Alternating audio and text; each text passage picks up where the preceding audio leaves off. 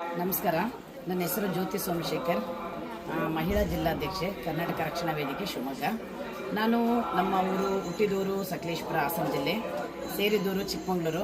ಆದರೆ ನಾವು ಇಲ್ಲೇ ಸೆಟ್ಲ್ ಆಗಿದ್ದೀವಿ. ನನ್ನ ಗಂಡ ಪೊಲೀಸ್ ಇಲಾಖೆಯಲ್ಲಿರೋದ್ರಿಂದ ನನ್ನದೊಂದು ಸ್ವಂತ ಒಂದು ವೃದ್ಧಾಶ್ರಮ ಎಲ್ಲ ಇದೆ, ನಡೆಸ್ಕೊಂಡು ಬಂದು ಸಮಾಜ ಸೇವಕಿಯಾಗಿ ಕೆಲಸ ಮಾಡ್ತಾ ಇದ್ವಿ. ನಾವು ಇಲ್ಲಿ ಶಿವಮೊಗ್ಗ ಜಿಲ್ಲೆಯಲ್ಲಿ ಭದ್ರಾವತಿ ತುಂಬ ಎಲ್ಲದರಲ್ಲೂ ಕೂಡ ಹೆಸರುವಾಸಿಯಾಗಿದೆ. ಇವತ್ತು ಏಕಾದಶಿ, ವೈಕುಂಠ ಏಕಾದಶಿ ಇರೋದ್ರಿಂದ ನಾವು ಲಕ್ಷ್ಮೀ ನರಸಿಂಹ ದೇವಸ್ಥಾನಕ್ಕೆ ಬಂದಿದ್ದೀವಿ. ತುಂಬ ಹಳೆಯ ಕಾಲದ ಪುರಾತನವಾದದ್ದು, ತುಂಬ ಹೆಸರುವಾಸಿಯಾದ, ತುಂಬ ಶಕ್ತಿಯುತವಾದ ಕ್ಷೇತ್ರ ಇದು. ಈ ಕ್ಷೇತ್ರಕ್ಕೆ ನಾವು ಯಾವಾಗಲೂ ಕೂಡ ಶುಕ್ರವಾರ ಮಂಗಳವಾರ ಬರ್ತಾ ಇರ್ತೀವಿ. ತುಂಬ ಜನಗಳು ಸಹ ಎಲ್ಲರೂ ಬರ್ತಾ ಇರ್ತಾರೆ. ಇವತ್ತಂತೂ ತುಂಬ ರಶ್ ಇದೆ.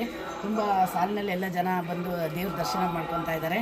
ತುಂಬ ಖುಷಿ ಅನಿಸ್ತಾ ಇದೆ. ಯಾಕೆಂತಂದರೆ ನಾವು ಈ ಜಾಗದಲ್ಲೇ ಇರೋಂಥ ಒಂದು ಸ್ಥಳೀಯವಾದ ಜಾಗದಲ್ಲಿ ಲಕ್ಷ್ಮೀ ನರಸಿಂಹಸ್ವಾಮಿ ದೇವಸ್ಥಾನದಲ್ಲಿ ಇಷ್ಟೊಂದು ಅದ್ಭುತವಾದ ಅಲಂಕಾರ, ಸೇವೆ ದಿನನಿತ್ಯ ನಡೀತಿದೆ. ಅದರಲ್ಲೂ ಇವತ್ತು ವಿಶೇಷವಾದ ಅಲಂಕಾರವನ್ನು ಮಾಡಿದ್ದಾರೆ. ನೋಡಲಿಕ್ಕೆ ನಿಜವಾಗ್ಲೂ ಸ್ವರ್ಗದ ಬಾಗಿಲೇ ತೆಗೆದಂಗಿದೆ ದೇವಸ್ಥಾನದಲ್ಲಿ. ವೈಕುಂಠ ಏಕಾದಶಿ ದಿನವಾಗಿದ್ದಂಥ ಇವತ್ತಿನ ದಿನ ಲಕ್ಷ್ಮೀ ನರಸಿಂಹ ತನ್ನ ತೊಡೆಯ ಮೇಲೆ ಲಕ್ಷ್ಮಿಯನ್ನು ಕೂರಿಸ್ಕೊಂಡಿರತಕ್ಕಂಥ ವೈಭವಕರವಾದಂತಹ ಒಂದು ಇವತ್ತಿನ ದಿನ ದರ್ಶನ ಮತ್ತು ಅಲಂಕಾರ ತುಂಬ ವಿಶೇಷವಾಗಿದೆ. ತುಂಬ ಖುಷಿ ಅನ್ನಿಸ್ತಾ ಇದೆ. ನಮ್ಮೂರಲ್ಲಿ ಇಂಥ ದೇವಸ್ಥಾನ ಇರೋದು ತುಂಬಾ ಖುಷಿ. ಎಲ್ಲರೂ ಬನ್ನಿ, ಒಂದ್ಸರಿ ಭೇಟಿ ಕೊಡಿ.